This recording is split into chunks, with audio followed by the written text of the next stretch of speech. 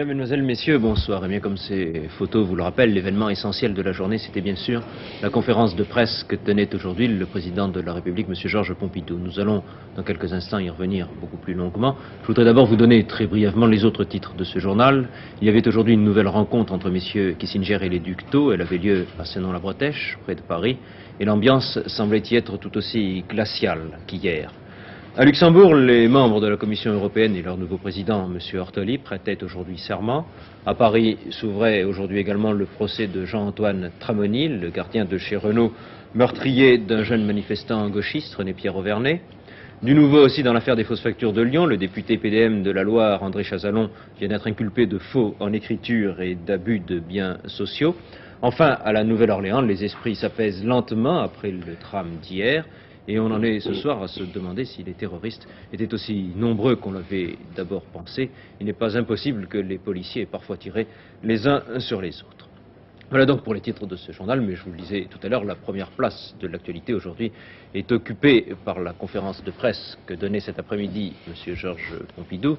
Pendant 1h45, Michel Péricard, le chef de l'État, en réponse aux questions de nos confrères, a abordé toutes sortes de problèmes qui relevaient de domaines aussi différents que la politique intérieure, l'économie, le social et la politique étrangère. En effet, c'était donc le cérémonial habituel, la même affluence de journalistes français et étrangers, la même durée, 1h45, un nombre peut-être un peu plus élevé de questions, il y en a eu 30.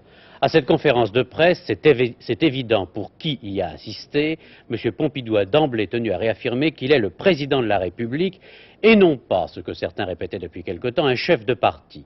La première question de Georges Altschuler d'Europe numéro 1 va lui permettre de faire cette mise au point. En cas de majorité de la gauche, demande Georges Altschuler, n'aurez-vous pas de difficultés qui pourront aller jusqu'à une sorte de blocage des institutions et qui pourraient vous faire revenir sur votre refus d'instaurer le régime présidentiel? J'ai fait dire, répond d'abord M. Pompidou, qu'au lendemain des élections, j'appliquerai la Constitution. Il ne s'agissait pas d'affirmer une évidence, mais de dire clairement que je n'ai pas l'intention d'annoncer aujourd'hui ce que sera ma conduite après les élections, mais que ce que je ferai, et il y a plusieurs possibilités, sera conforme à la Constitution. Mais je refuse à dire par avance ce que je ferai dans telle ou dans telle hypothèse. Je me refuse à dire par avance ce que je ferai dans telle ou telle hypothèse. Je ne vois pas d'ailleurs à quel titre on me le demande et à quel titre on prétend exiger de moi que je découvre par avance ce que sera ma stratégie.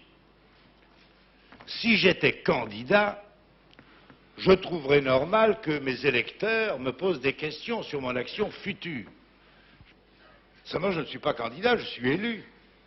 Et bien élu, je crois. Alors, pourquoi veut-on que je me découvre par avance? Pourquoi veut-on que dans une situation où il y a plusieurs inconnus, l'inconnu du résultat des élections, d'abord, l'inconnu qui résulte des diverses solutions que permet la Constitution, je sois moi obligé de résoudre en quelque sorte ces inconnus et de tirer de la solution et de développer publiquement ce que sera mon attitude. J'ai bien le droit, d'abord, de me réserver l'effet de surprise, et puis même, après tout, de ne pas savoir, tout comme les victimes innocentes des instituts de sondage. Seulement,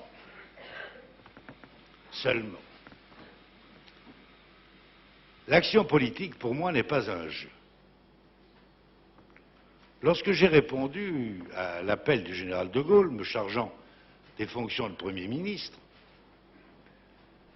c'est entre autres parce que j'avais parfaitement conscience qu'à ce niveau de responsabilité, il ne s'agit pas de plaisir de vanité ou d'intérêt personnel. La préoccupation, c'est le destin de la France et des Français. Et c'est pourquoi je ne veux pas me prêter au jeu des pronostics et des combinaisons. Et c'est pourquoi j'ai lu avec stupeur, au point que je l'ai lu 2 fois car je ne le croyais pas, les déclarations de M. François Mitterrand à un poste radiophonique, disant il faut, il s'agissait de moi, qu'il nous cherche, excusez le vocabulaire, ce n'est pas le mien, il faut qu'il nous prenne, plus exactement, et on le gardera. Et on lui laissera les pouvoirs qu'il a reçus du peuple. Je voudrais bien savoir à quel titre M. Mitterrand ou tout autre de ses alliés est qualifié pour me garder ou ne pas me garder, pour me laisser les pouvoirs que je tiens du peuple, comme il dit lui-même, ou pour me les retirer. Donc, je me refuse à ces combinaisons. Cela dit d'ailleurs, je comprends que M. Mitterrand ait envie de rassurer son électorat en laissant entendre que la compatibilité entre un gouvernement de la coalition socialo-communiste et moi est une chose possible. Je le comprends. Mais je ne suis pas sûr que ça réponde à sa pensée profonde. Car si je me souviens bien, les dernières fois où je l'ai rencontré, c'était à l'Assemblée nationale. Ça se passait en mai 1968. Je me souviens en particulier que le 14 mai 1968, vous vous rappelez la crise dans laquelle nous étions à ce moment-là, j'avais fait un discours où j'avais essayé de m'évader de la politique pour analyser, autant que faire se peut et autant que je le pouvais, les causes profondes de la crise de la jeunesse. Et M. Mitterrand, pour me répondre, est monté à la tribune, où il a fait un discours fort éloquent, et qui se terminait après chaque paragraphe par « Allez-vous-en, M. Pompidou, allez-vous-en, M. Pompidou ». Je ne suis pas sûr qu'il ait beaucoup changé d'avis dans le fond. Qu'on ne me reproche pas d'ailleurs d'évoquer mai 1968, car après tout, je vous recommande la lecture fort intéressante de la préface que M. Marchais a donnée du programme dit commun. Je comprends que M. Mitterrand veuille faire oublier son attitude de mai 1968. Et vous vous rappelez cette conférence de presse où, s'appuyant sur la rue et se croyant déjà maître du pouvoir, il distribuait les fonctions et les places. Mais M. Marchais, lui, n'a pas de ces délicatesses. Et il écrit tout simplement « Le grand mouvement populaire de mai 1968 est à l'origine de l'union de la gauche ». Je ne le lui fais pas dire. Quant à ce que vous disiez avec précision sur le pouvoir présidentiel et le blocage, il y aurait beaucoup à dire. Je vous signale simplement que s'il y a un système bloqué, c'est bien le système présidentiel. S'il y a un heurt très vif entre le pouvoir exécutif et le pouvoir législatif, notre Constitution permet un certain nombre de solutions. Le pouvoir exécutif peut user de la dissolution. Le pouvoir législatif a le droit de renverser le gouvernement. Il y a diverses façons d'en appeler au jugement populaire. Dans le système présidentiel, l'Assemblée ne peut pas renverser le gouvernement, l'exécutif ne peut pas dissoudre l'Assemblée, ils sont donc face à face et bien bloqués. En pareil cas, nous savons ce qui se passe chez les anglo-saxons, chez les Américains par exemple. On cherche le compromis. Malheureusement, l'histoire de France démontre que nous ne sommes pas un peuple de compromis et qu'en pareil cas, on se heurte violemment et on s'en tire finalement par la mainmise de l'un sur l'autre ou de l'autre sur l'un. Si c'est l'exécutif qui jette le législatif dehors, ça s'appelle un coup d'État, et si c'est le législatif qui jette l'exécutif dehors, ça s'appelle une révolution. Nous sommes passés tout au long de notre histoire, de coup d'État en révolution et de révolution en coup d'État. Ce n'est pas ce que je souhaite pour la France demain.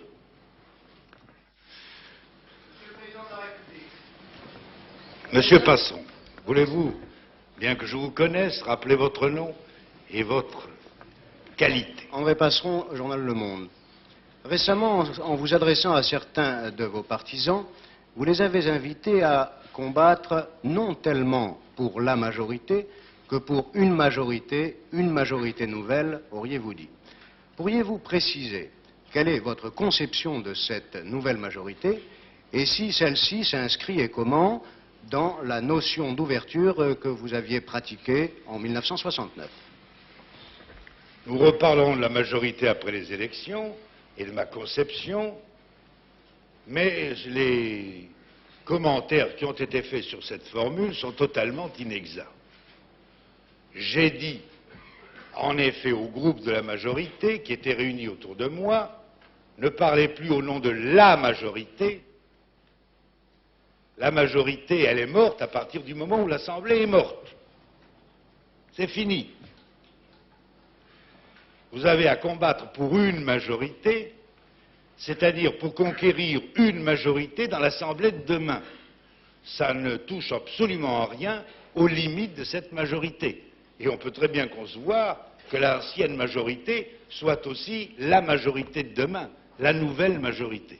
La différence d'article n'avait pas d'autre sens. Yvan Levaille, Europe numéro 1. Monsieur le Président, vous avez demandé si vous étiez satisfait de Jacques Chaban-Delmas, une de ses dernières conférences de presse. Est-ce que vous êtes satisfait du Premier ministre Pierre Messmer? Tout à fait, monsieur, tout à fait. Je suis satisfait du Premier ministre, comme vous le demandez un peu directement, n'est-ce pas? À la fois parce que il me donne l'impression de prendre son métier au sérieux et de bien l'accomplir, et parce qu'il prend ses responsabilités, je le vois tous les jours, n'est-ce pas, où il prend des décisions. Et il prend même quelquefois des décisions, à mes yeux, sur lesquelles j'aimerais être consulté auparavant, ce qui fait que je suis plutôt obligé de le freiner que de l'encourager. Pour toutes ces raisons, je suis tout à fait satisfait de lui, et d'ailleurs, il me semble qu'il a fait, comme vous dites, une assez bonne prestation récemment. Ensuite, c'est une question posée par Jean-Michel Royer sur les sondages. Réponse du président: les sondages sont en eux-mêmes inexacts, mais de cette assemblée d'inexactitudes finit par sortir une certaine probabilité.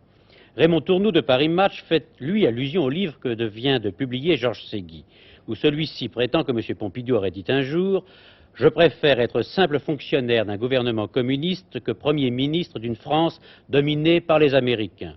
Réponse amusée du président de la République: à chacun ses souvenirs, M. Ségui a les siens, j'ai les miens, et le chef de l'État ajoute: je commence d'ailleurs à les rédiger.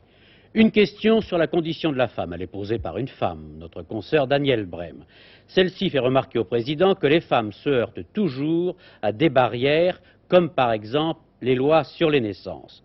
Le président de la République rappelle que souvent les maris disent en parlant de leurs femmes « mon gouvernement » et que les femmes ont commencé à franchir, en particulier sur son instigation, de nombreuses barrières qui les séparent des hommes. Et il répond sur le point précis des naissances. Reste le grand problème, si je puis dire, que vous évoquez dans un mot, de la libération de la femme à d'autres égards, et notamment du point de vue des naissances, c'est un immense problème. C'est un immense problème. Il touche à la fois aux droits de l'individu, à ses devoirs dans le cadre de la société, à l'exercice de la médecine et à la déontologie médicale. Il touche également à la morale, à la religion. Je crois profondément que nos textes, d'une façon générale, sont périmés, qu'il faut aller vers quelque autre chose, mais ce quelque autre chose ne peut dépendre ni d'une décision gouvernementale pure et simple, ni d'un débat parlementaire, ni de débats de presse et d'articles de journaux. C'est pourquoi je pense qu'il sera souhaitable, une fois les élections passées, car de grâce, ne mêlons pas ces problèmes à nos querelles électorales, une fois les élections passées, on puisse regrouper ensemble des représentants de tous les intéressés, le pouvoir exécutif, le pouvoir législatif, le pouvoir judiciaire aussi, mais aussi le corps médical, les femmes, les représentants des familles et les représentants de tout ce qui est moral et religieux, des activités morales et religieuses, de les regrouper ensemble et d'essayer de regarder le problème à fond, en tenant compte de tout. Et que peut-être nous pourrions arriver ainsi à délimiter les règles difficiles pour tout ce qui concerne ce problème du contrôle des naissances et à plus forte raison celui plus difficile et à première vue pour moi qui me révulse un peu plus, celui de l'avortement. Mais je crois qu'on ne pourra le faire, je le répète, qu'au terme d'un examen approfondi où tous les points de vue pourront s'exposer librement et complètement. Autre question, M. Pompidou déclare que c'est surestimer le programme des socialistes et des communistes que de penser que les mesures annoncées par M. Messmer à Provins sont une réponse à ce programme. Le gouvernement ne peut pas avoir déjà tout fait et ces mesures sont la suite de l'action gouvernementale entreprise depuis 15 ans. Pierre Charpy de François demande alors au président de la République d'exposer son projet de société. Et M. Pompidou répond d'abord par un souvenir de 1964 où le Premier ministre socialiste suédois lui déclarait « Vous dites des choses que moi, socialiste, je n'ose pas encore dire, car vous essayez de définir une société qui est à mi-chemin entre le capitalisme traditionnel et le totalitarisme communiste. » M. Pompidou, après avoir cité cette anecdote, aborde ensuite l'aspect humain de ce problème, de ce projet de société. Tout au plus, pourrais-je dire, que plus, j'allais dire, j'avance en âge, disons je vieillis, plus je vieillis et plus j'attache de l'importance à l'homme, à sa vie, à son cadre de vie, à son bonheur, à sa possibilité de s'épanouir et d'être heureux. Et par conséquent, plus ça va, plus dans ma conception de la société, prend d'importance les conséquences de l'organisation sociale sur la vie de l'individu. En fin de compte, l'homme vit en société, c'est exact, mais enfin, il faut qu'il puisse y vivre, et il faut qu'il s'y sente heureux, qu'il y soit à l'aise. Et c'est ça mon objectif. C'est très difficile à atteindre, surtout dans les périodes de transformation profonde, à tous égards, techniques et autres, que nous connaissons à l'heure actuelle. Mais c'est cela ma préoccupation principale. Monsieur,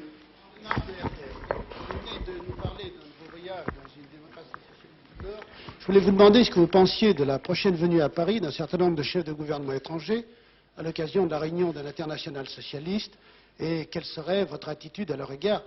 Et si vous me permettez cette question annexe, mais tout de même conjointe, quelle sera d'une façon générale votre attitude, sinon dans la campagne, du moins pendant la campagne? Il y a deux questions tout à fait différentes. Sur la première, je vais vous répondre très librement. Je trouve la convocation de ce congrès de l'internationale socialiste en janvier 1973 à Paris parfaitement inopportune, au sens étymologique du terme. C'est-à-dire que ce n'est pas le moment. Et je considère que c'est de toute évidence une intrusion dans la politique intérieure française. Je le dis comme je le pense. Et je le prouve. Je le prouve d'abord par le fait que le congrès précédent de cette internationale s'est tenu il y a moins de 7 mois et qu'il y a une précipitation à se retrouver qui est étonnante. D'autant plus que je me suis même laissé dire qu'on avait d'abord prévu une date plus lointaine. Enfin, ça, je ne l'affirme pas. Mon deuxième argument est le suivant. Un ministre scandinave, et même un chef de gouvernement, un autre, non scandinave, autrichien pour tout dire, ont déclaré que lorsque les invitations avaient été lancées, on ignorait la date des élections françaises. Alors je comprends que ces messieurs ne connaissent pas à fond nos lois constitutionnelles. Je le comprends très bien. Mais je soupçonne M. Mitterrand, lui, de les connaître. Or, depuis juin 1968, depuis qu'a été élue l'Assemblée, il est écrit dans notre Constitution que les élections doivent avoir lieu en février-mars 1973. C'est écrit, formellement, puisqu'il est dit que les pouvoirs de l'Assemblée se terminent le 1er avril et que l'élection doit avoir lieu dans les 60 jours qui précèdent. Je sais bien qu'il y a l'hypothèse de la dissolution, mais enfin on ne peut pas spéculer sur la dissolution et déclarer qu'elle aura lieu. Et on ne sait pas quand elle aurait lieu d'ailleurs. Et en fin de compte, il y a des mois et des mois que l'on sait, et puis que j'ai dit qu'il n'y aurait pas de dissolution. Mon troisième argument, c'est tiré des déclarations d'un membre du Parti socialiste, considéré comme assez volontiers porte-parole de la direction, qui s'appelle M. Claude Estier. Je ne le connais pas, mais enfin, je connais son nom. M. Claude Estier a déclaré tout uniment, et sans malice, que ces chefs de gouvernement qui venaient là préféraient évidemment que la France eût un gouvernement dit de gauche, dit c'est moi qui l'ajoute, plutôt qu'un gouvernement qui n'en soit pas. Et que d'ailleurs, ils avaient manifesté leur confiance à M. Mitterrand en le nommant vice-président de l'Internationale socialiste. Je crois que les éléments de la preuve sont réunis. J'en profite pour faire mes compliments à M. François Mitterrand pour cet avancement très rapide dans une internationale dont il avait ignoré l'existence pendant les 57 premières années de sa vie. Pierre Rouanet, Le Berry républicain. Monsieur le Président, puisque vous avez évoqué tout à l'heure les interférences entre les déplacements des chefs d'exécutif et les élections françaises, pensez-vous que M. Brejnev, que vous allez rencontrer bientôt, soit moins intéressé aux élections françaises que Mme Golda Meir, à laquelle vous sembliez faire allusion tout à l'heure? Je n'ai pas fait du tout allusion à Mme Golda Meir, M. Rouanet. Vous avez, je le répète, peut-être les obsessions, n'est-ce pas? Mais moi, je ne les ai pas. Je ne les ai pas du tout. Je ne les ai pas du tout. Je faisais allusion à tous. Bon. Monsieur Brejnev, pour l'instant, j'en traiterai sur le terrain de la politique intérieure. Et je vous dirai ceci, il n'y a aucun élément de politique intérieure française dans ma rencontre avec monsieur Brejnev. Aucun. Et je souhaite profondément que chacun en ait conscience et que ça n'ait aucune conséquence. Cette rencontre a lieu à l'initiative des Soviétiques. La date en a été fixée par commodité entre eux et nous. En ce qui me concerne, d'ailleurs, regardez mon emploi du temps. Où pouvais-je la mettre? Sinon à cette date. Ou alors je tombais en plein dans la période électorale où je ne compte pas m'absenter, et pour des raisons évidentes. Ça nous renvoyait au printemps, et de toute évidence, nous avions, M. Brejnev et moi-même, le désir de nous rencontrer avant ce printemps, parce qu'il se passera beaucoup de choses au printemps. Donc, ça n'a aucun rapport avec la politique intérieure française. Je m'en tiens à cela pour le moment.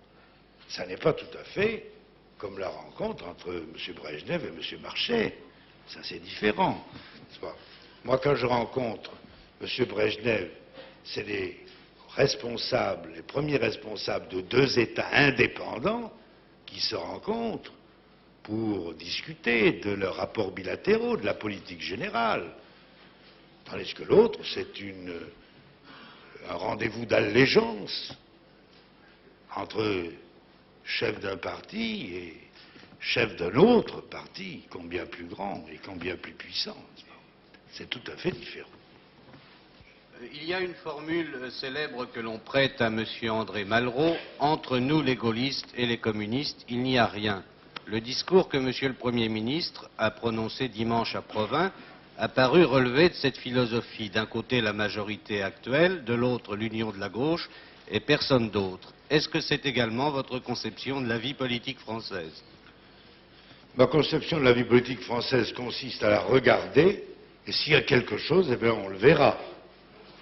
Tu vois? C'est à lui à se montrer, et c'est pas à moi à déclarer qu'il existe. Il paraît que pour la campagne électorale, n'est-ce pas, l'ORTF se soucie de faire parler tous les mouvements qui existent, et en particulier de présenter, me dit-on, n'est-ce pas, un responsable de chacun de ces mouvements. Ils en ont découvert 15. Alors vous voyez qu'on est loin du bipolarisme dans cette affaire. Mais regardons les réalités, et je répète, s'il y a quelque chose, ça se verra. Une question est ensuite posée par M. Battestis sur les rapatriés, et le président de la République rappelle toutes les mesures d'indemnisation qui ont été prises par le gouvernement, mais en particulier la dernière, la remise de sommes forfaitaires à tous les rapatriés âgés et à ceux qui se trouvent dans des situations sociales difficiles. Commence ensuite la partie économique de la conférence de presse. Beaucoup de questions ont trait à la lutte anti-inflation. Alain Vernet, du Figaro, demande si une politique des revenus n'aurait pas été souhaitable. Est-elle possible en France, répond M. Pompidou. J'en doute. Est-elle souhaitable? J'en doute également. Toutes les aspirations des travailleurs français vont contre une politique de contrôle des salaires. En outre, cette politique reviendrait à s'attaquer à une conséquence, non à une cause de l'inflation. La véritable cause de l'inflation, c'est la croissance excessive de la masse monétaire. À des questions de Gabriel Farkas, François, Bassinet, la Côte des Fossés, Paul Fabra, Le Monde, le chef de l'État apporte des précisions sur la lutte anti-inflation. La politique qui vise à accroître l'accroissement de la monnaie en circulation ne va-t-elle pas ruiner l'expansion? Non. 1973 sera une année de grande activité. Les mesures prises pourraient avoir des répercussions au cours du second semestre. Dans ce cas, on cesserait d'appuyer sur le frein pour appuyer sur l'accélérateur. Il est plus facile, dit M. Pompidou, d'ouvrir les vannes que de les fermer. La réduction de la TVA va provoquer un déficit budgétaire, mais ce déficit n'alimentera pas l'inflation. L'emprunt d'État va permettre de geler l'équivalent de l'argent économisé par les consommateurs. Et puis demain, au Conseil des ministres, M. Giscard d'Estaing va demander à ses collègues de réduire le montant des dépenses publiques d'environ 1 milliard de nos francs.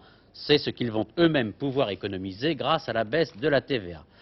Quant au programme économique et social développé par M. Messmer à Provins, il pourra être réalisé sans déficit budgétaire. Il reste que tout cela n'est réalisable que si l'activité économique est maintenue à un niveau élevé, ce qui dépend également de l'étranger, conclut M. Pompidou, avant de répondre à une dernière question économique posée par notre confrère Gabriziac de l'Aurore. Monsieur. Michel Gabriziac de l'Aurore, en décembre dernier, les Français ont une fois de plus sacrifié au culte du veau d'or.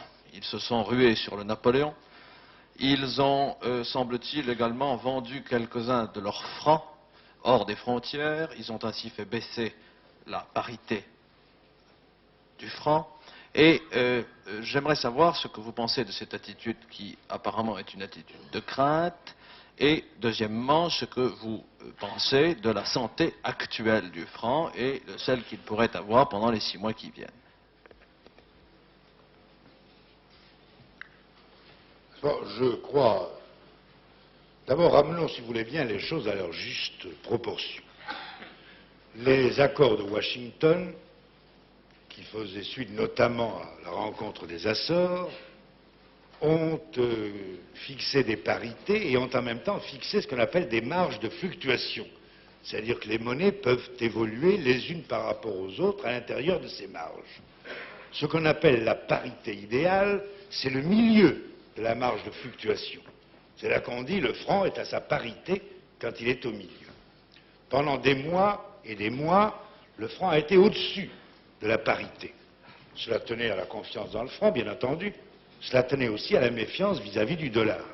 Et il est certain que cette méfiance vis-à-vis du dollar s'est très fortement atténuée. Ces derniers temps, le franc était descendu légèrement au-dessous de cette parité. Il la tenait ou il la frôlait en dessous. C'est vrai aussi. Pourquoi? On a cherché des explications. Comme vous le disiez, n'est-ce pas, un certain nombre de gens ont pris peur, des industriels, des financiers peut-être, dans le rapatriement des devises à la suite de l'exportation, ou au contraire dans les paiements rapides des importations. Ils ont modifié leur attitude, pas tellement d'ailleurs, car ça serait traduit par des mouvements beaucoup plus importants que ceux que nous avons connus. Les petits épargnants se sont mis à acheter des Napoléons à des taux qui tendent vers l'absurde, d'ailleurs, à mes yeux tout au moins. Pourquoi? Ils n'ont pas lu le programme commun, tous ces braves gens. Mais peut-être qu'ils l'ont reniflé, n'est-ce pas? Et qu'ils ont eu l'impression qu'il y avait là-dedans quelque chose qui pouvait ne pas leur aller, hein? Et il y a eu ces instituts de sondage qui ont donné des éventualités. Alors je crois que ça a été la raison. Je crois même que ça a été la seule. Alors je sais bien que des esprits compliqués et autorisés se sont mis à expliquer que les causes, c'était la hausse des prix, la dégradation de la situation économique, etc., etc. En réalité, la hausse des prix, elle existait hélas depuis longtemps et elle n'avait rien provoqué. Et quant à la dégradation de la situation économique, c'est une plaisanterie, et la situation économique n'est nullement dégradée. Et d'ailleurs, j'avais le plaisir, tous les soirs, en lisant un grand journal, de voir que les commentaires de sa chronique de bourse démentaient en 2 lignes les vastes raisonnements qui se trouvaient dans les articles des pages précédentes. N'est-ce pas? Alors c'était une satisfaction. À l'heure actuelle, d'ailleurs, reconnaissez que la situation a changé. Et probablement, la dégradation de la situation économique a-t-elle cessé, et la hausse des prix avec? Je le voudrais bien. Quant à ce que je pense du franc, à l'heure actuelle, n'est-ce pas, il est parfaitement solide. Parfaitement solide. Et il ne peut être atteint que psychologiquement. Il n'y a aucune raison technique pour qu'il soit atteint. Nos prix sont parfaitement compétitifs, comme le montre notre commerce extérieur. Nos réserves de devises sont très importantes. Notre situation technique, notre situation objective, comme on dirait, n'est-ce pas, elle est parfaitement satisfaisante. Elle n'a jamais été plus satisfaisante et même peut-être jamais été aussi satisfaisante. Et la preuve en est que lorsque nous avons imaginé des mesures contre l'inflation, les services des finances, entre autres, avaient proposé, dans un éventail, je m'empresse de le dire, une réévaluation du franc. Je dois dire que nous n'avons pas cédé à cette tentation. D'abord parce que nous ne la croyons pas utile. Et puis enfin, il faut toujours se réserver une marge. Mais enfin, c'est pour vous dire que nous sommes très loin d'un franc menacé. Troisième et dernière partie de la conférence de presse, la politique internationale. 2 sujets ont dominé, le Vietnam avec la reprise des pourparlers à Paris et le voyage que le président Pompidou va effectuer en Union soviétique jeudi prochain. Vous savez en effet qu'à la demande de M. Brejnev, M. Pompidou va faire avec celui-ci, pendant 2 jours, un tour d'horizon complet sur la situation internationale, mais aussi sur les rapports entre la France et la Russie. Monsieur le Président, vous avez fait allusion tout à l'heure aux entretiens Brejnev-Marchais. Et à ce propos, vous avez noté les contacts particuliers, vous avez dit d'allégeance, qui existent entre le Parti communiste soviétique et le Parti communiste français. Entre le Parti communiste... Oui, excusez-moi. Excusez-moi. Mais vous allez vous-même vous rendre après-demain en Union soviétique, et en Union soviétique, le fait est que la différence entre l'action du Parti communiste et l'action de l'État n'est pas très séparée. Comment voyez-vous, dans ces conditions, après cette réaffirmation assez spectaculaire des liens entre le Parti communiste soviétique et le Parti communiste français, avant votre visite en Union soviétique, votre prochaine visite en Union soviétique, comment voyez-vous les relations d'État entre la France et la Russie? Vous pensez bien que je ne vais pas chercher une bénédiction auprès de M. Brejnev, n'est-ce pas? Contrairement je pense à M. Marchais, nous ne faisons pas partie de la même église. Mais je crois avoir dit sur ce point ce qu'il fallait en dire, très sommairement d'ailleurs, lorsque M. Brejnev est venu en visite officielle à Paris et que je lui ai fait le premier soir un discours d'accueil. Il s'agit, dans le cas particulier, des rapports entre États. Tout d'abord, nous estimons depuis toujours, en tout cas depuis le général de Gaulle, enfin ça fait déjà longtemps maintenant, nous estimons, et sur ce point les soviétiques sont du même avis que nous, le disent, que les rapports entre États ne doivent pas tenir compte des différences de régimes économiques et sociaux. J'ajoute en ce qui me concerne politique, car je ne crois pas que les différences de régime économique et social puissent ne pas s'accompagner d'une différence de régime politique. Enfin, peu importe, nous sommes d'avis, les uns et les autres, que ces différences de régime ne doivent pas influer sur les relations entre États. En second lieu, je constate que l'Union soviétique existe, qu'elle est énorme. Si je ne me trompe, 40 fois la France au point de vue superficie, 5 fois au point de vue population. Et par conséquent, qu'elle n'est pas loin de nous. Et que par conséquent, on ne peut pas imaginer que nous nous ignorions.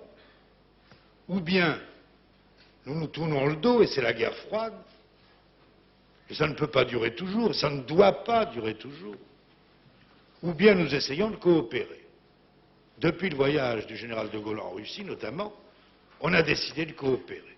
Et nous coopérons parfaitement. Et je peux dire qu'à l'heure actuelle, les relations entre l'Union soviétique et la France sont à bien des égards excellentes.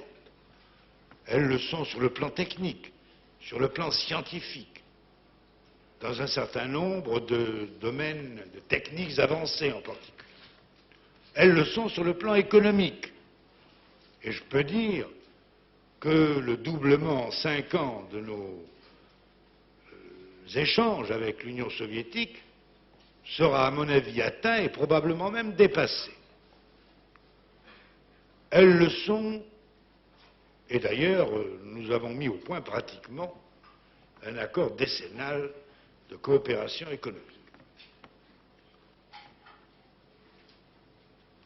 Ces relations sont également excellentes sur le plan politique, en ce sens que nous nous rencontrons à tous les niveaux constamment.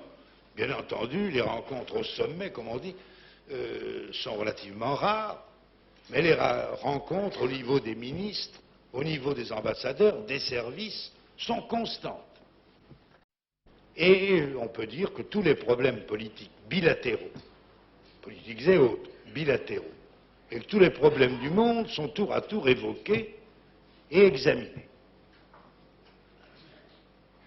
Je crois néanmoins qu'il est bon de temps à autre de se rencontrer au plus haut niveau et de regarder un certain nombre de questions, et en particulier questions qui sont nouvelles.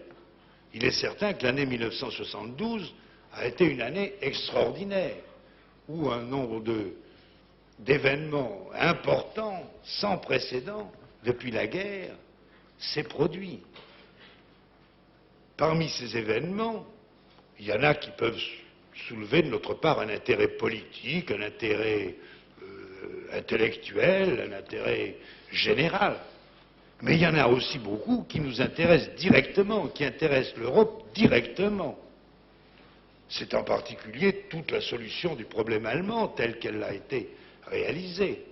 C'est aussi la conférence de sécurité et de coopération européenne. C'est la discussion sur, dite des MBFR, c'est-à-dire de la diminution équilibrée des forces. C'est encore les rapports entre les États-Unis et l'Union soviétique et les incidences que ces rapports, comme les accords SALT et autres, peuvent avoir sur la situation de l'Europe, sur l'indépendance de l'Europe, sur l'autonomie de l'Europe et aussi sur la défense et la sécurité européenne. De tout cela, j'entends parler avec M. Léonid Brejnev très franchement, très cordialement, comme nous l'avons fait toujours jusqu'ici, et je dirai ma pensée, croyez-le bien, avec la plus grande netteté. Je suis convaincu que j'obtiendrai la même chose de la part de M. Léonid Brejnev et que par conséquent, ces entretiens seront fructueux pour l'avenir et pour nos rapports. Bernard Edmond, Westinghouse Broadcasting Company. Monsieur le Président de la République, après les bombardements américains sur Hanoï et Haïphong que vous avez déplorés et la reprise de la conférence de Paris et les entretiens secrets Kissinger-Leduc-Tho, comment voyez-vous les perspectives des négociations pour la paix au Vietnam? Quel est votre sentiment sur l'évolution de la situation diplomatique et militaire?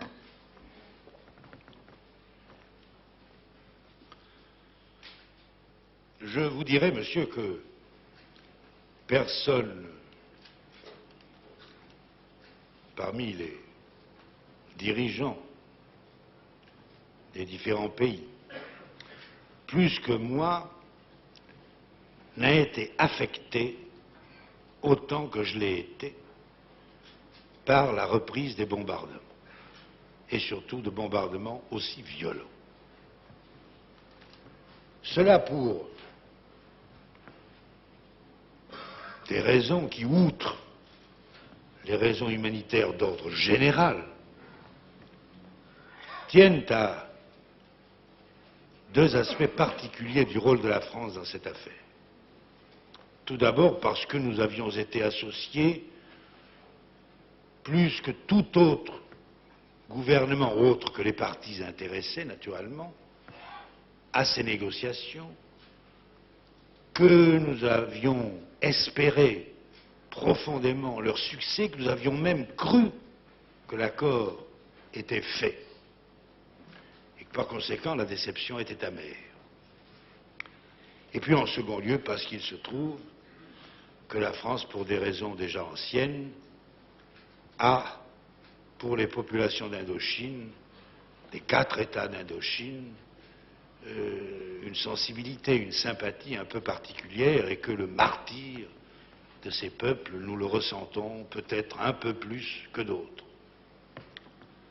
D'où, je le répète, cette déception profonde et ce chagrin. Comme je l'ai déjà dit, j'ai eu un échange de correspondance avec le président Nixon et pour des raisons de convenance et de délicatesse, je ne le rendrai pas public et je n'en dirai pas plus. Là-dessus, les négociations ont repris,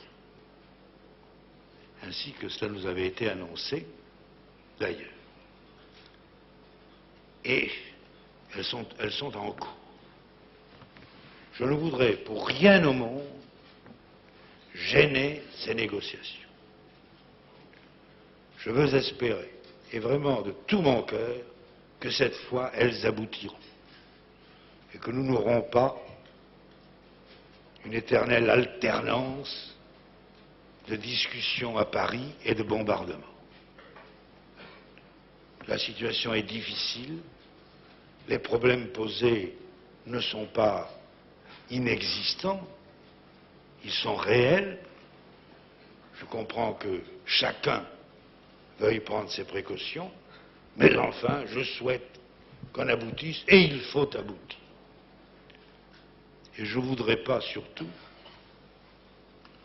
que le gouvernement américain finisse par faire sienne, si je puis dire, la phrase de Benjamin Constant, je crois, la preuve qu'il voulait la guerre, c'est qu'il se défende.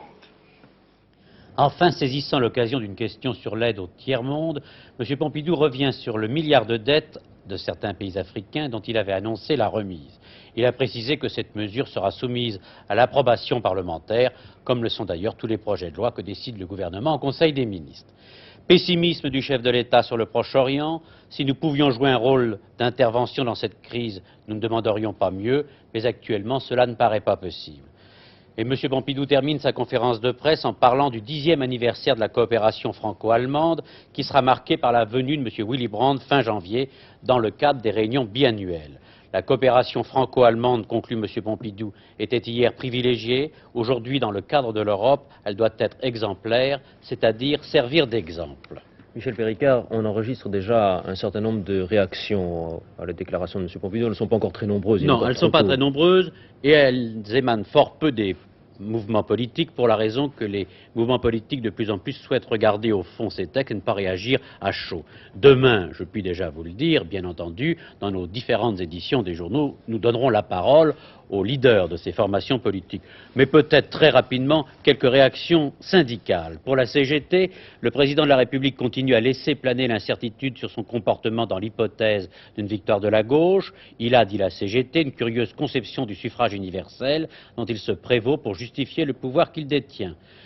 Force ouvrière demeure plus que jamais convaincue, s'agissant de la politique des revenus, qu'elle est à la fois irréalisable et de plus contraire à la pratique des conventions collectives. C'est aussi la déclaration de M. Malter au nom de la CGC qui se réjouit que le président de la République ne croit pas à la possibilité d'établir en France une politique autoritaire des revenus. Enfin, la CFTC, pas de commentaires sur les problèmes politiques, mais à propos de la place qui doit être réservée à l'homme, la CFTC souhaite que son cadre de vie et ses conditions de travail soient concrètement aménagées. Voilà donc pour tout ce qui concerne cette conférence de presse aujourd'hui du président Georges Pompidou. Nous allons voir ensemble maintenant ce qu'a été le reste de l'actualité de ce 9 janvier 1973. C'était aujourd'hui la deuxième rencontre l'éducto-Kissinger. Elle a eu lieu à Saint-Nom-la-Bretèche, près de Paris, et elle a duré près de 6 heures. Apparemment, ces négociations se sont déroulées dans une atmosphère aussi glaciale que celle d'hier. Lorsqu'il est arrivé à Saint-Nom-la-Bretèche, M. l'éducto n'était attendu par personne sur le pas de la porte. Les deux délégations ont déjeuné sur place. Elles ne se sont séparées que vers 16 heures pour regagner Paris, l'une après l'autre. Les deux seules manifestations des deux interlocuteurs, un signe de la main de M. l'éducto, vous venez de le voir, un large sourire de M. Kissinger, vous le voyez en ce moment. Manifestement, d'un côté comme de l'autre, on s'en tient à une très grande réserve et on semble vouloir éviter soigneusement tout ce qui pourrait être interprété dans un sens comme dans l'autre. Toujours à propos du Vietnam, à l'appel de 52 organisations, on a manifesté aujourd'hui dans le calme devant l'ambassade des États-Unis à Paris contre la politique américaine au Vietnam. Les délégués des manifestants ont déposé des pétitions à l'ambassade. Le Parti communiste était présent. Cette manifestation, sa délégation, était conduite par le sénateur Jacques Duclos. On y remarquait aussi la présence du député Robert Ballanger. C'était aujourd'hui une grande journée européenne à Luxembourg. On inaugurait en effet les nouvelles installations de la Cour de justice. On y entendait également les prestations de serment des nouveaux membres de cette Cour de justice. Et aujourd'hui également, Luxembourg accueillait la commission de la communauté élargie et son nouveau président, M. François-Xavier Ortoli. Nous retrouvons là-bas notre envoyé spécial, Jean-François Robinet.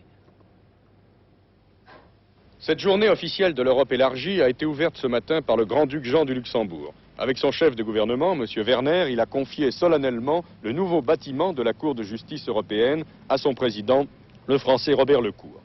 Construit aux portes de Luxembourg, sur le plateau du Kirchberg, auprès des bâtiments du Parlement européen et de ceux qui renferment certains services de la Commission européenne, la Cour de justice a été conçue selon une architecture moderne. En particulier, le matériau employé marque une révolution dans la construction. Plus de peintures extérieures et aucun entretien. Décoré par des artistes européens de grande renommée, ce bâtiment a coûté quelques 60 millions de francs. Il appartient au Luxembourg, qui le loue à 6% de sa valeur aux institutions européennes. La Cour de justice européenne, que préside M. Robert Lecour, comprend 9 juges et 4 avocats généraux. Elle tranche les différends qui naissent lors de l'application des règlements européens. Problèmes de douane, d'exportation, de lois sociales, de marché commun agricole. Cet après-midi, 3 juges et un avocat général, anglais, danois ou irlandais, ont solennellement prêté serment devant la Cour de justice. I swear that I will perform my duties impartially and conscientiously. I swear that I will preserve the secrecy of the deliberations of the Court. C'était ensuite le tour des nouveaux membres de la Commission européenne à prêter serment. 2 Anglais, un Danois, un Irlandais et le nouveau président, M. François-Xavier Ortoli. Les membres de la Commission, l'organe exécutif du marché commun, s'engagent à exercer leurs fonctions en pleine indépendance dans l'intérêt général des communautés. Monsieur le Président, après cette prestation de serment, est-ce que vous avez un petit peu l'impression de cesser d'être français pour devenir européen? Je n'ai pas du tout l'impression de cesser d'être français pour devenir européen, et pour une raison simple, Je n'ai pas prêté le serment que je ne serai plus français, mais que je serai indépendant dans l'exercice de mes fonctions. Et pour une deuxième raison, beaucoup plus forte, c'est que comme je suis convaincu qu'il y a une coïncidence totale entre les intérêts de la France et les intérêts de l'Europe que nous essayons de faire, je n'ai pas de problème à me poser. Quels sont vos objectifs essentiels à la tête de cette commission? Nous avons les négociations avec les États-Unis. Nous avons le problème, plus généralement, des relations de l'Europe avec l'ensemble du monde. Mais nous avons un autre problème, qui est que le sommet de Paris a décidé, dans des domaines nouveaux, ou en amplifiant ce qui était fait dans des domaines où l'on travaillait déjà, une action beaucoup plus proche des hommes. Je pense à la politique sociale, je pense à la politique régionale, je pense à la politique de l'environnement. Nous avons donc une tâche très ample à accomplir dans ces différents domaines. Il y a près d'un an, un jeune militant maoïste, René-Pierre Opernay, était tué par un gardien des usines Renault à Boulogne-Billancourt, Jean-Antoine Tramoni. Ce dernier, Jean-Antoine Tramoni, comparaissait aujourd'hui devant les assises de Paris. Et Georges Walter, vous avez suivi pour nous le début de ce procès. Oui, et on a vu cet après-midi les jurés de la cour d'assises de Paris se passer de main en main un revolver, puisque Tramoni avait dit que le revolver avec lequel il a tué Auvernay avait une gâchette facile. Alors ces jurés ont essayé d'apprécier ce qu'il emportait du doigt ou de la gâchette sur ces quelques millimètres qui ont tué un homme. Mais je ne crois pas que le procès soit vraiment là. Lorsque Maître Leclerc, avocat de la partie civile, a pris la parole, Maître Leclerc, qui représente les intérêts aussi de la famille d'Auvernay, a pris la parole, c'est moins à Tramoni qu'il s'en est pris qu'à son employeur, la régie Renault, en s'écriant « Tramoni n'a pas abusé de ses fonctions, il a agi en service commandé comme un spécialiste des armes ». La question s'est posée, vous le savez, dès le début du procès, de savoir si la régie Renault accepte ou non d'être civilement responsable. Le bâtonnier Bondou, qui la représente, a évoqué avec passion ce que sont les usines Renault à Boulogne-Billancourt seulement, 85 hectares, 90 hectares de bureaux, 40 000 personnes, 48 entrées. Ne faut-il pas, dans un pareil ensemble, un peu d'ordre, s'est-il écrié? Or, il y a 300 gardiens, 7 personnes dans la section administrative. Il a évoqué les désordres, des mois de désordre, une année de guérilla urbaine, en s'exclamant « tout cela devait nous mener où nous en sommes venus ». Sa conclusion, la régie, et cette conclusion a fait une certaine sensation, la régie accepte d'être responsable.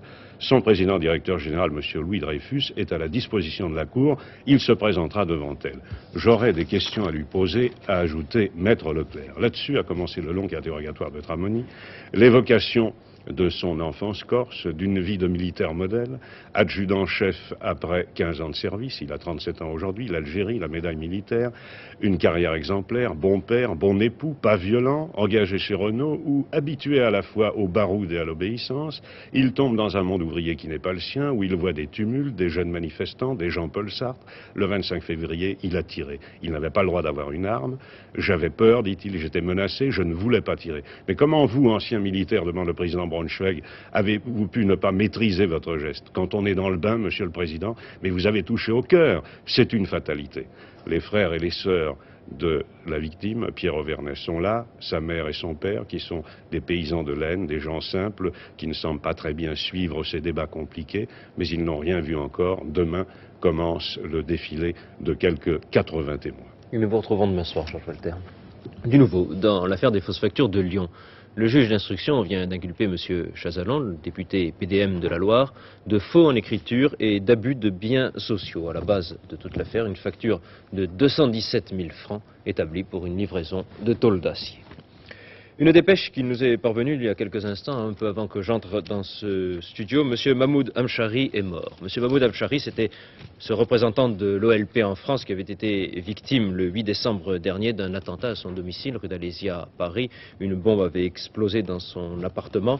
Depuis, M. Hamchari avait dû être amputé d'une jambe. Son état n'avait cessé d'empirer et il est mort ce soir à l'hôpital où il avait été transporté.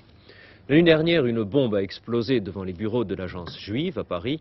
L'agence juive, c'est une institution qui a un double but, la propagation de la culture juive en France et aussi l'aide aux personnes désirant émigrer vers Israël. Qu'il n'y ait pas eu de blessés, c'est un véritable miracle. C'est ce qu'affirment les voisins du 17 de la rue Fortuny, où se trouve le siège de l'agence juive pour Israël. L'engin explosif, une charge de plastique, croit-on savoir, a dévasté le rez-de-chaussée de l'immeuble. La déflagration a été si violente qu'à plus de 200 mètres de là, des volets ont été déchiquetés.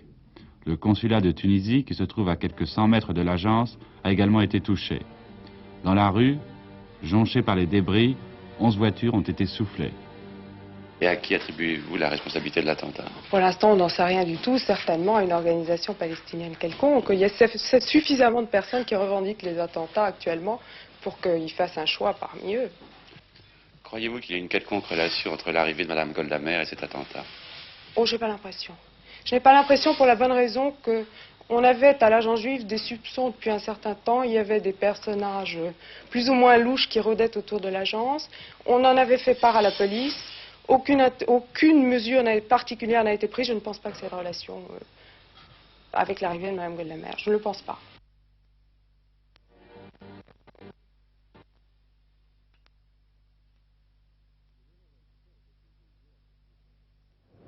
De violents incidents ont opposé hier Syriens et Israéliens sur les hauteurs du Golan. Les combats aériens et terrestres ont opposé les deux adversaires pendant près de 9 heures. Nous venons de recevoir les premières images de ces affrontements et je vous propose de les découvrir maintenant avec moi.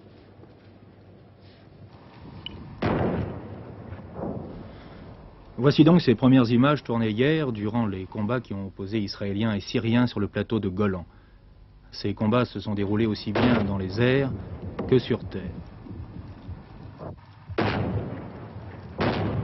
Ils ont eu pour cadre la périphérie de la ville de Quneitra ainsi que le sud de la Syrie où des radars syriens étaient visés par la chasse israélienne. Damas reconnaît avoir perdu 3 avions et abattu 2 appareils israéliens. Tel Aviv, de son côté, annonce avoir détruit 5 jets syriens. La cause principale de ces combats reste la présence de bases Fedayeen implantées sur la ligne du cessez-le-feu. Durant ces combats qui ont duré 9 heures, les habitants de certains kibboutz vivant sur le plateau de Golan s'étaient réfugiés avec leurs familles et leurs enfants dans les abris de béton. Aujourd'hui, le Golan est calme, mais la tension persiste de part et d'autre de la frontière.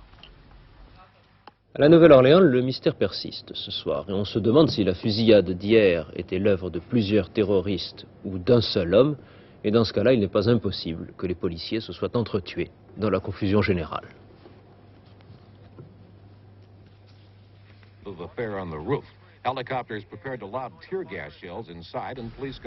En regardant ces images transmises en direct, des millions d'Américains n'ont sans doute pas compris ce qui se passait hier soir sur le toit du Howard Johnson Hotel lors de l'assaut final. Après plus de 24 heures de tir ininterrompus, les policiers devaient décider de venir enfin à bout des tireurs, ou prétendus tels, qui semaient la terreur dans tout le quartier. 7 personnes, dont 3 policiers, avaient été tuées, 17 autres blessés. À leur grande surprise, les tireurs d'élite ne devaient trouver qu'un cadavre, celui d'un jeune noir qui avait été abattu quelques heures seulement avant le début de cette tragédie. Surprise, mais également inquiétude, car peut-être les forcenés avaient-ils réussi à se réfugier ailleurs. Mais où? Une fouille systématique de tout l'hôtel fut entreprise. Les policiers ont donc passé au peigne fin les 300 chambres réparties dans les 18 étages de l'immeuble. Alors, que s'est-il véritablement passé? Pourquoi autant de victimes? Première hypothèse, les tireurs fous étaient plusieurs, 3 peut-être, mais ils ont réussi à se cacher, c'est peu probable. Seconde hypothèse, les forcenés ont réussi à s'enfuir et c'est là que l'on retrouve une véritable psychose de peur qui s'est emparée de la ville, alimentée peut-être plus par la confusion que par la situation dramatique. Troisième hypothèse, et c'est sans doute celle-là qui sera retenue, il n'y avait qu'un seul tireur sur le toit de l'hôtel et ce sont les policiers eux-mêmes qui parfois se sont entretués par ricochet le plus souvent.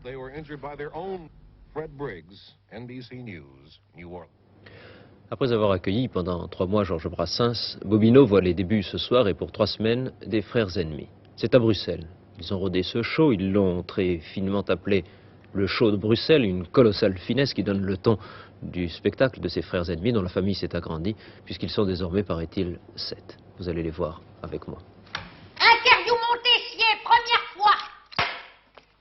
Invité d'honneur de notre émission, un bon spectacle vaut mieux que... Qu'est-ce que c'est que ce bruit? C'est un cintre qui est tombé. Bon, allez, on reprend. Ah bien. L'autre, oh bah l'autre, alors là c'est autre chose, c'est-à-dire que je l'ai eu un peu en solde. Oui, il traînait aux Champs-Élysées, il était déguisé en indien pour comment dire, la sortie, la générale d'un film américain sur un western américain, il était en indien quand je l'ai trouvé. C'était un enfant trouvé, déjà, et qui a été adopté par les grands-parents du Négus. Et moi j'étais engagé comme nurse par le Négus et je me suis occupé de lui, je l'ai formé C'est comme ça qu'il est devenu un être à peu près valable. Interview Montessier, deuxième fois. Invité d'honneur de notre émission Un bon spectacle. Qu'est-ce que c'est encore C'est encore le cintre. Alors c'est de la bonté d'âme, alors. Bah, il y a un côté profondément chrétien au fond de moi-même, c'est ce dont je me suis servi. Et puis alors, sur les Champs-Élysées, il était bien éclairé. Depuis, je me suis aperçu qu'il fallait qu'il soit très bien éclairé. Il avait vraiment rien, c'était le néant. Alors petit à petit, tout était venu de moi-même. Ouais, alors supposons que vous le laissiez tomber, qu'est-ce qui va se passer? Ah, il va se faire mal. Ah ben il retournerait au ruisseau, nous puis bien. Interview Montessier, troisième fois. Oh. Invité d'honneur de notre émission.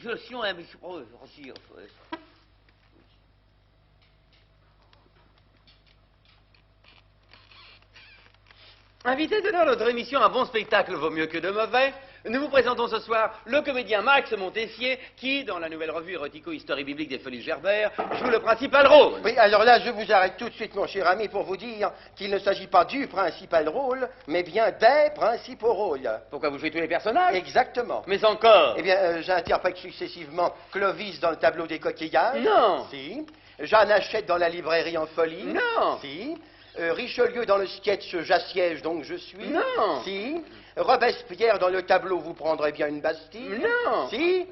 Marie Stuart dans le sketch Aïe sa coupe. Non. Si. Et enfin Mao Tse-tung dans le sketch Il faut pas être plus royaliste que l'empereur de Chine. Si. J'ai rien dit. Et voilà.